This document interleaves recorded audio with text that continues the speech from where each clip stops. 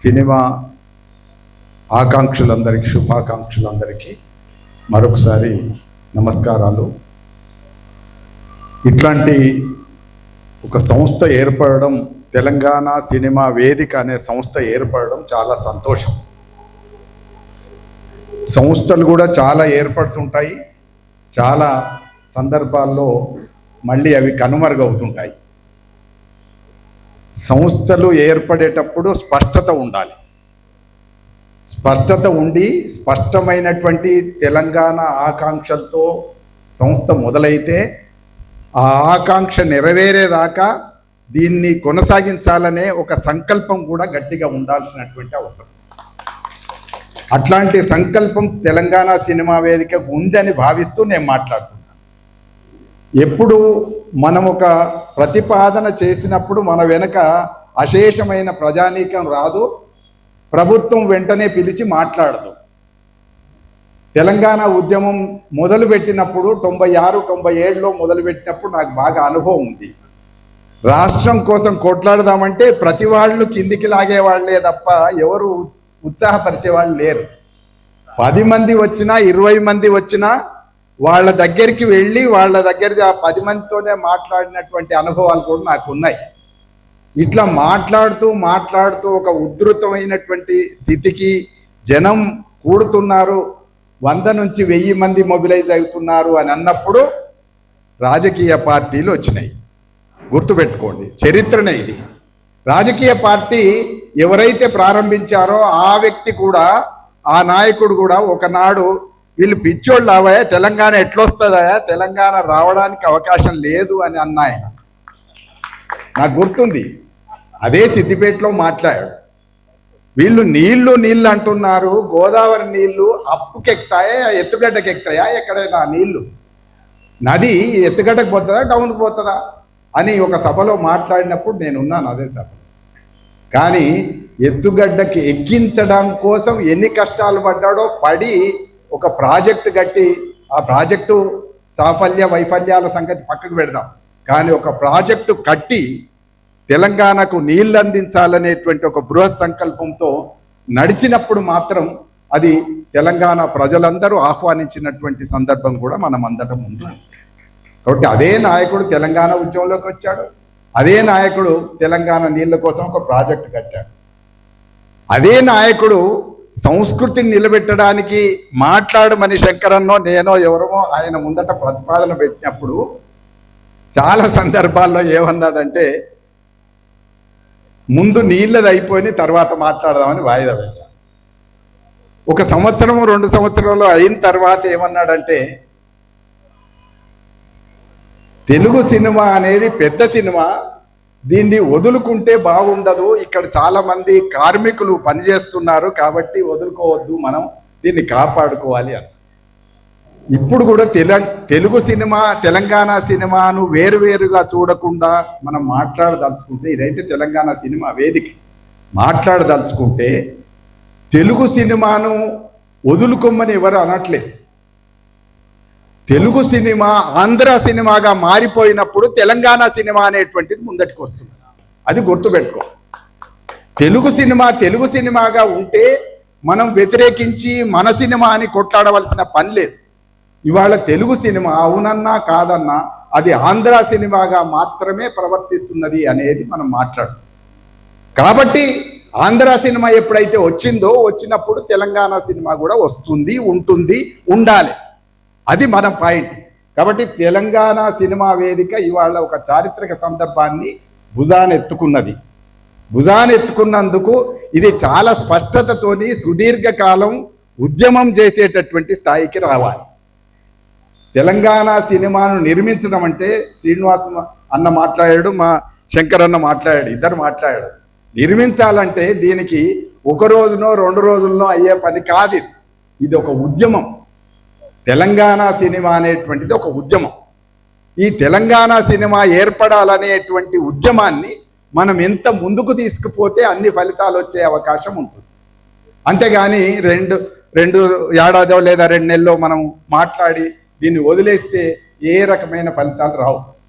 మీరు చూశారు, మొన్న నారాయణ రెడ్డి గారి ఫోటో ఆఫీసులో పెట్టడానికి అంత పెద్ద యుద్ధం చేయాల్సినటువంటి పరిస్థితి వస్తే, అంటే ఒక కవి వాళ్లను మాత్రం ప్రేమించి తెలంగాణ ఉద్యమం ఉధృతంగా జరుగుతున్నప్పుడు కూడా ఆంధ్ర ప్రాంతంలో ఉన్న అభిమానులు దూరమవుతారని, ఆంధ్ర ప్రాంత సినిమాలు తనను దూరం చేస్తాయని చాలా జాగ్రత్తగా లౌక్యంగా వ్యవహరించిన వ్యక్తి యొక్క ఫోటో ఆఫీస్లో, ఛాంబర్ ఆఫీస్లో పెట్టడానికి వాళ్ళకి అన్ని అభ్యంతరాలు ఉంటే ఇంకా తెలంగాణ సినిమాను వాళ్ళు రానిచ్చేటటువంటి అవకాశం ఉంటుందో మీరు ఆలోచించండి. ఒక ఫోటో కోసమే మనం అంత పెద్ద యుద్ధం చేస్తే తెలంగాణ సినిమా నిర్మాణం కోసం ఎంత పెద్ద యుద్ధం చేయాలో మీరు ఆలోచించండి. కాబట్టి పెద్ద యుద్ధం చేయాల్సిన అవసరం ఉంది, పెద్ద ఉద్యమం చేయాల్సిన అవసరం. ఈ క్రమంలో మనం తొలుతగా శ్రీనివాస్ అన్న కరెక్ట్గా చెప్పాడు, ముందు ప్రేక్షకుల్ని మన వైపు తిప్పుకోవాలి. తెలంగాణ ప్రేక్షకులు ఇవాళ తెలుగు ప్రేక్షకులుగా ఉండవలసిన వాళ్ళు ఆంధ్ర ప్రేక్షకులుగా మారిపోయారు. ఆంధ్ర ప్రేక్షకులుగా మారిపోయినటువంటి వాళ్లను తిరిగి తెలుగు ప్రేక్షకులుగా మార్చి తెలంగాణ ప్రేక్షకులుగా మార్చుకోవాల్సినటువంటి బాధ్యత మన మీదనే ఉన్నది. వాళ్ళ దగ్గరికి వెళ్ళి మనం వాళ్ళని కన్విన్స్ చేయాలి. ఏ ఉద్యమానికైనా కూడా ఉద్యమాన్ని నడిపే కార్యకర్తలు, సంస్థలు మాత్రమే కాదు, ఆ ఉద్యమానికి తప్పనిసరిగా బలం ఎవరు అని అంటే ప్రజలు బలం. మనకిక్కడ తెలంగాణ సినిమా ఉద్యమానికి బలం ఎవరు అని అంటే ప్రేక్షకులు బలం. కాబట్టి ప్రేక్షకుల్ని ముందుగా తయారు చేసుకోవాలి. చాలా మంచి మాట. అట్లా మనం మొదలయ్యి ప్రేక్షకుల్ని మలుపుకొస్తే, ప్రేక్షకుల్ని దారి తప్పుతున్నటువంటి సందర్భాలలో ప్రేక్షకుల్ని తీసుకొస్తే ఆ తర్వాత తెలంగాణ సినిమాను వెంట సైమల్టేనియస్గా సమాంతరంగా నడుపుకునేటటువంటి అవకాశం ఉంటుంది. ఆ దశలోనే మన ఉద్యమం ప్రేక్షకులు వచ్చినా కొద్దీ ఉద్యమం పెరుగుతుంది. పెరిగినప్పుడు తప్పనిసరిగా ప్రభుత్వాలు కూడా మిమ్మల్ని పిలిచి ఆదరించి ఏంటి మీ ప్రపోజల్ అని మా శంకరన్ననో లేకపోతే లారానో లేకపోతే మా శ్రీనివాస్ అన్ననో ఎవరినో పిలిచి మాట్లాడతారు. అట్లా మాట్లాడేటటువంటి వ్యవస్థ రావాలంటే ముందు మనం ప్రేక్షకుల్ని మన వైపు తిప్పుకొని మన వెనుక నడిపించేటటువంటి పరిస్థితి తీసుకురావాలి. మనం వీడు ఎంత గట్టిగా మనం మాట్లాడినా ఆ మాట్లాడిన దాని యొక్క ప్రతిఫలనం, ప్రతిధ్వని ప్రభుత్వం దాకా వినిపించదు. మీకు తెలియంది కాదు, ప్రభుత్వం యొక్క చెవులు చాలా మందమైపోయినాయి. చెవిటి ప్రభుత్వాలు ఏలుతున్నాయి. ఇప్పుడు ఈ చెవిటి ప్రభుత్వాలు వినబడి చెవుడంతా పోవాలంటే మనం ఎంత గట్టిగా ఉద్యమాన్ని నిర్మించి గట్టిగా మాట్లాడితే ఆ దశకు కానీ వినిపించే పరిస్థితి ఉండదు. దానికి తప్పనిసరిగా మందబలం అవసరం. దీనికి మనం మొదట చేయాల్సింది ఏంటంటే, ఇప్పుడు ఇది రెండు మంచి సూచనలు శంకరన్న కానీ తర్వాత శ్రీనివాసన్న కానీ ఇద్దరు రెండు మంచి సూచనలు చేశారు. మొదట మనం ఒత్తిడి చేయాల్సింది, ఈ ప్రభుత్వాన్ని ఒత్తిడి చేయాల్సింది తెలంగాణ పాలసీ కావాలనేది ఒత్తిడి చేయాలి. ఏ ప్రభుత్వానికైనా కూడా ఒక అభివృద్ధి చేయాలన్నప్పుడు అది నీటికి సంబంధించిన అభివృద్ధి చేయాలంటే వాటర్ పాలసీ ఉండాలి. అది ఆర్థిక పరమైనటువంటి అభివృద్ధి చేయాలంటే ఎకనామికల్ ఫైనాన్షియల్ పాలసీ ఉండాలి. అట్లనే ఒక సంస్కృతిని, తెలంగాణ సంస్కృతిని అభివృద్ధి చేయాలని అంటే తెలంగాణ కల్చరల్ పాలసీ ఉండాల్సినటువంటి అవసరం ఉంది. ఆ కల్చరల్ పాలసీలో సినిమా పాలసీ కూడా తయారు చేయాలని చెప్పి మనం ఒత్తిడి చేయాల్సినటువంటి అవసరం ఉంది ప్రభుత్వం. కాబట్టి సినిమా పాలసీ తయారు చేయడానికి వాళ్ళు వెంటనే ఒప్పుకుంటే మంచిదే. కానీ సాధారణంగా నాకు తెలిసినంత వరకు ప్రభుత్వాన్ని నేను ఒక 20 ఏళ్ళ నుంచి 30 ఏళ్ళ నుంచి దగ్గరగా చూస్తున్నాను. కానీ మనం అనంగానే ఒప్పుకునేటటువంటి ఉదార హృదయాలు ఎవరు లేరు. దీనికి మనం ఏం చేయాలి? ఇందాక మొదట చెప్పాను నేను, పాలసీ తయారు చేయాలి ప్రభుత్వం అని అంటే మనం ఉద్యమాన్ని నిర్మించాలి. తెలంగాణ సినిమా పాలసీ కావాలి మాకు అని ఒక ఉద్యమం చేయాలి. దానికి అవసరమైతే తెలంగాణ కల్చరల్ పాలసీ కావాలని కూడా ఒక ఉద్యమం చేయాల్సిన అవసరం. సాహిత్య రంగంలో ఆ పరిస్థితి లేదు. నేను సాహిత్య రంగానికి సంబంధించిన వాడిని కాబట్టి. ఎందుకు లేదంటే, ముందు మేము కవుల్ని చైతన్యం చేశాం, కవుల్ని ఉద్యమంలో భాగం చేశాం, కవుల్ని ఉద్యమంలో, రచయితల్ని ఉద్యమంలో భాగం చేసినాం. కాబట్టి ఆ ఉద్యమం ఉధృతమవుతున్నప్పుడు తెలంగాణ ఉద్యమం ఉధృతమైతే ఎట్లాంటి ఫలితాలు వస్తాయి అనే దానికి నేనే మంచి ఉదాహరణ. ఎందుకంటే నేను డిగ్రీ చేసే రోజుల్లో సినిమాలకు రాయాలి అనే కోరిక నాకు బలంగా ఉండదు. డిగ్రీ 2వ సంవత్సరం చదువుకునేటప్పుడు. తర్వాత నేను హైదరాబాద్కి వచ్చి ఎంఏలో చేరిన తర్వాత ఇది మనతోని కాదని వదిలేసిన తర్వాత తెలంగాణ ఉద్యమం ఉధృతమైన తర్వాత ఆర్ నారాయణమూర్తి రూపంలో సిద్దిపేటకు మా ఇంటికి వచ్చింది తెలంగాణ సినిమా. అంటే మీ ఉద్యమం గట్టిగా ఉంటే మీకు ఫలితాలు వస్తాయి. ఆ తర్వాత శంకరన్న తెలంగాణ సినిమా తీయాలి అని ఆ జైబోలో తెలంగాణ సినిమా మొదలు పెట్టినప్పుడు శంకరన్న నేను అంతకుముందే అనేక వేదికల మీద ఉద్యమ వేదికల మీద మాట్లాడుతూ వెళ్తూ ఉన్నప్పుడు అన్న ఒక సినిమా పాట రాయాలన్నాడు. నేను అప్పటి వరకు ఏదో ఉద్యమ గీతాలో ఏవో రాశాను, అది అవసరాన్ని బట్టి. కానీ శంకరన్న ఏమన్నాడు, ఒక డ్యూయట్ రాయాలన్నాడు. ఆ డ్యూయట్ రాయాలంటే మరి నాకు పెద్ద సమస్య కదా, ఎందుకంటే నేను ఉద్యోగంలో ఉన్నాను. డ్యూయట్ రాస్తే నన్ను ఎవరేమంటారు, అప్పుడు నా వయసు 56 57 ఉన్నది. అయ్యా అందరు నన్ను కొడితే ఎట్లనయ్యా అంటే, ఏం కొట్టరన్నా, నీకు గౌరవం తెచ్చే పాట, నీ అట్లా చేస్తున్నా నేను గౌరవం తెచ్చే పాట అని చెప్పాడు. ఇందాక చెప్పాడు కదా, పుట్టమన్ను ఒక సభలో మాట్లాడుతూ ఒక మాట అన్నా నేను, తెలంగాణలో బొడ్డెమ్మల సంస్కృతి ఉంది. బొడ్డెమ్మ చేసేటప్పుడు ఈ మన్ను ఎక్కడ పడితే అక్కడ తెచ్చే మన్ను కాదు, ఇది పుట్టకు పోతారు, పుట్టకు పోయి పుట్టమన్ను తెచ్చి పీట మీద బొడ్డెమ్మ వేసి బొడ్డెమ్మకు ఆ పూలతో అలంకరించి బతుకమ్మ కంటే ముందు ఒక వారం రోజులు చేసేటటువంటి పండుగ బొడ్డెమ్మ పండుగ అని దాని గురించి నేను చెప్తుంటే తను ఇది బాగుందన్న, ఇక్కడనే మనం పాట మొదలు పెడదామని చెప్పి ఆ పుట్టమన్ను దగ్గర మొదలుపెట్టి నాతోని ఒక కల్చరల్ సాంగ్ డ్యూయట్ పరంగా రాయించినటువంటి సాంగ్ రాశాడు.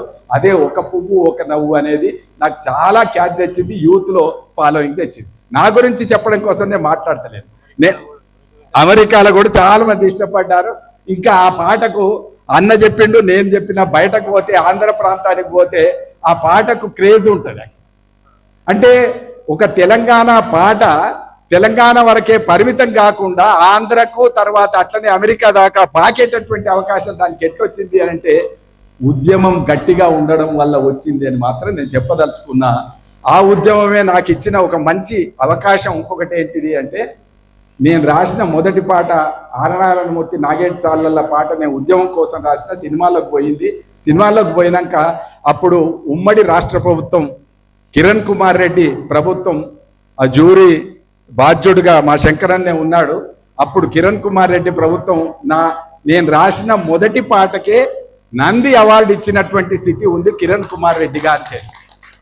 అంటే మీ ప్రయత్నంలో మీరు ఉద్యమం నుంచి వస్తే ఆ శక్తి, ఆ సంకల్పం, ఆ చైతన్యం వేరు. కాబట్టి ఉమ్మడి ప్రభుత్వం మనకి ఇస్తుందా అని మొదలే అనుకొని వదిలిపెట్టినోని నేను ఉమ్మడి ప్రభుత్వం చేత నంది అవార్డు పొందాను. అది ప్రత్యేకత. కాబట్టి మనం ఇదన్నీ ఎందుకు చెప్తున్నా, అనుభవాల్లోంచి ఎందుకు మాట్లాడుతున్నానంటే, తెలంగాణ సినిమా ఖచ్చితంగా వస్తుంది, నాకు నమ్మకం ఉంది. ఎప్పుడు వస్తుంది అంటే మనం గట్టిగా నిలబడ్డప్పుడు, మన ఉద్యమాన్ని గట్టిగా నిర్మించినప్పుడు తప్పనిసరిగా ఇది ఫలితాలు పొందుతుంది. ఇవాళ చూస్తే మనకు ఫలితం కనబడదు. ఇవాళ చూస్తే సినిమా ఇండస్ట్రీ మొత్తం 4 హీరోల చేతుల్లో ఉన్నది మీకు అందరికి తెలిసిందే, 4 పెట్టుబడిదారుల చేతుల్లో ఉన్నది మీకు తెలిసిందే, 2 కులాల చేతుల్లో ఉన్నది మీకు తెలిసిందే.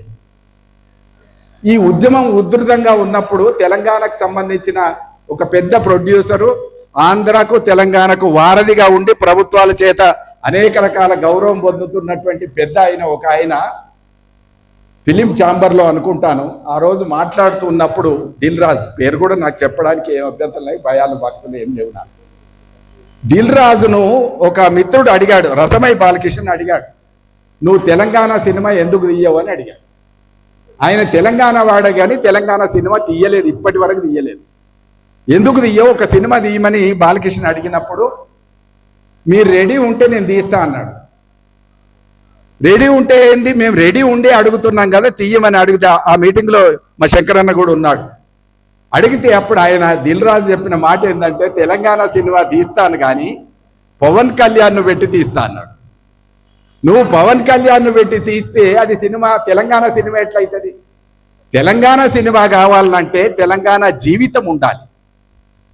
తెలంగాణ జీవితం, తెలంగాణ పాత్రలు, తెలంగాణ మనుషులు, తెలంగాణ సంస్కృతి, ఇవన్నీ తెలంగాణ కథ లేకుండా తెలంగాణ సినిమా అనబడదు అనేది కూడా మనం చాలా స్పష్టంగా చెప్పాలి.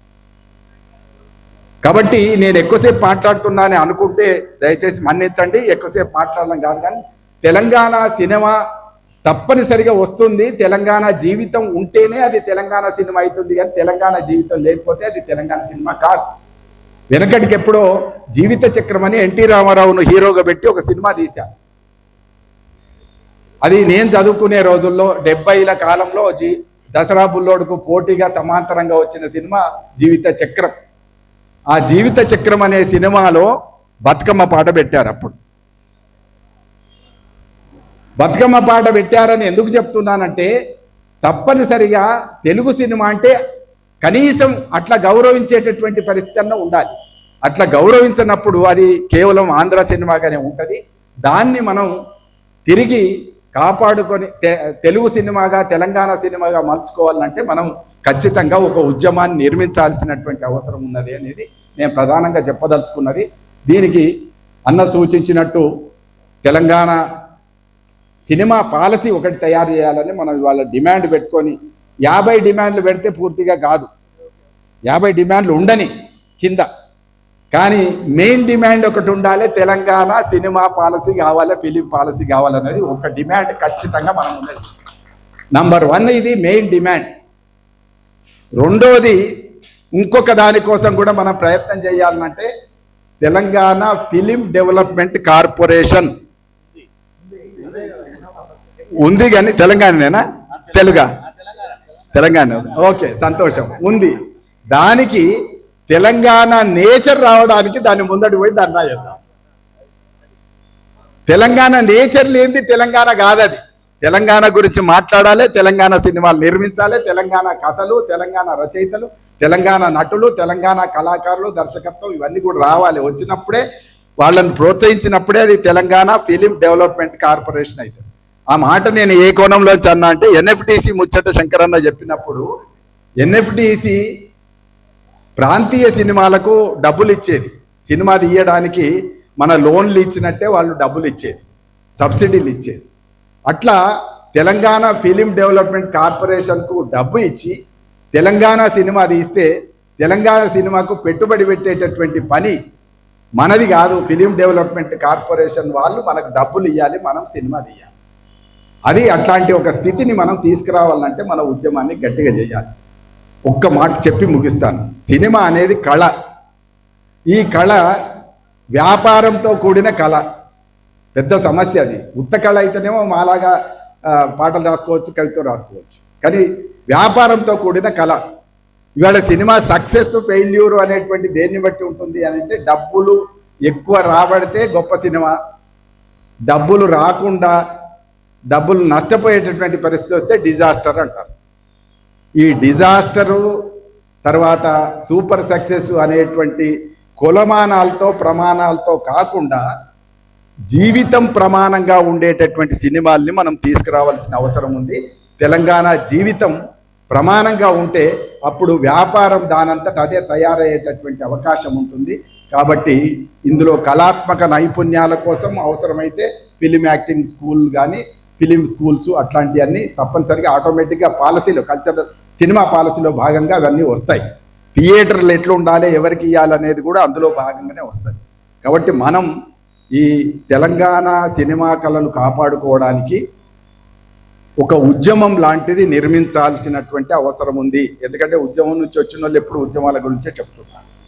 ఉద్యమాలు లేకపోతే ఏ ఫలితం కూడా రాదు. కాబట్టి ఉద్యమాన్ని నిర్మించేటటువంటి పని చేద్దాం. మీతో నేను ఉంటాను, ఒక రచయితగా మీ వెంట ఉంటాను. సినిమాకి నాకు సంబంధం ఏందని ఎవరన్నా అడుగుతుంటారేమో, కానీ సినిమాకి నాకు కూడా కొంచెం సంబంధం ఉంది. అన్ననే మళ్ళీ ఒక అన్న కూడా నాకు మళ్ళీ ఒక లవ్ ఫెయిల్యూర్ సాంగ్ కూడా రాయించాడు. ఆ దురదృష్టం ఏంటంటే లవ్ ఫెయిల్యూర్తో పాటు ఆ సినిమా ఫెయిల్ అవ్వడం వల్ల అన్న సినిమా తీయలేదు, మళ్ళీ వెళ్ళలేదు. కానీ మనం మాత్రం ఒకటి గుర్తుపెట్టుకోండి, తప్పనిసరిగా మనం ముందడుగు వేస్తే మన వెనక అనేక మంది వస్తారు. మనం ముందడుగు వేసే వాళ్ళే కావాలి. ఆ ముందడుగు ఇవాళ తెలంగాణ సినిమా వేదిక ముందడుగు వేయడానికి ముందుకు వచ్చింది కనుక హృదయపూర్వకంగా అభినందిస్తున్నాను. మీ అందరితో పాటు నేను ముందడుగు వేస్తాను, నడుస్తాను. అనేక మంది తెలంగాణ వాళ్లను నడిపిద్దాం. మీతో ఉంటాను. జై తెలంగాణ సినిమా వేదిక.